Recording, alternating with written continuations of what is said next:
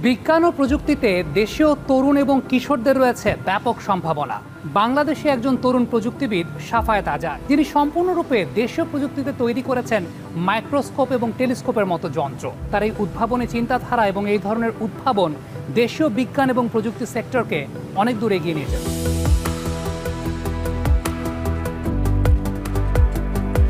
শ্রেণীকক্ষে তাত্ত্বিক বিজ্ঞানটাকে যতটা প্রাধান্য দেওয়া হয়, ব্যবহারিক বিজ্ঞানটাকে ততটা প্রাধান্য দেওয়া হয় না। তাত্ত্বিক বিজ্ঞান বলতে আমরা যেটা বুঝি যে আমরা বইয়ে যে বিজ্ঞানটা পড়ি আর কি, যে বইয়ে একটা এক্সপেরিমেন্ট পড়লাম বা বই একটা আমাদেরকে দেখানো হচ্ছে বইয়ের মাধ্যমে, এটাকে তাত্ত্বিক বিজ্ঞান বলে। আর ব্যবহারিক বিজ্ঞান সেটা হচ্ছে যেটা আমরা ল্যাবে গিয়ে যেটা পড়তেছি সেটাকে সব হাতে কলমে দেখতেছি। তো দেখা যায় যে অনেক স্কুল কলেজেই নেই, ল্যাব নাই, বা বিদ্যালয় বা কলেজ থেকে দেখা যায় যে ল্যাবগুলোকে অতটা তারা এস্টাবলিশ করার প্রাধান্য দেয় না, যার কারণে দেখা যায় যে বাচ্চাদেরকে তারা বইয়ের পড়াটাই পড়ায়, কিন্তু সেটা যে হাতে কলমে দেখাবে সেটা দেখাতে পারে না। যেমন ধরেন যে আমাদের বিজ্ঞান বইয়ের মধ্যে আছে আপনি পেঁয়াজের কোষ দেখতে পারবেন বা আলুর কোষ দেখতে পারবেন, মনে করেন যে মসের যে ক্যাপসুল আছে সেটা দেখতে পারবেন। অনেক স্টুডেন্টই দেখা যায় যে তারা ছোটোবেলা থেকে জিনিসগুলো পড়ে আসতেছে ঠিকই, কিন্তু কখনো বাস্তবে তারা দেখা জাস্ট একটা ছোটো মাইক্রোস্কোপ হলে বা এরকমের কিছু হলে তারা এই জিনিসগুলো দেখতে পারে। একটা মাইক্রোস্কোপ যদি তাদের স্কুলে থাকে বা কলেজে থাকে তারা, এবং এটা যদি খুব সহজলভ্য হয় যে একটা মাইক্রোস্কোপের পেছনে 15-20 জন বা 30-40 জন দাঁড়ায় না থেকে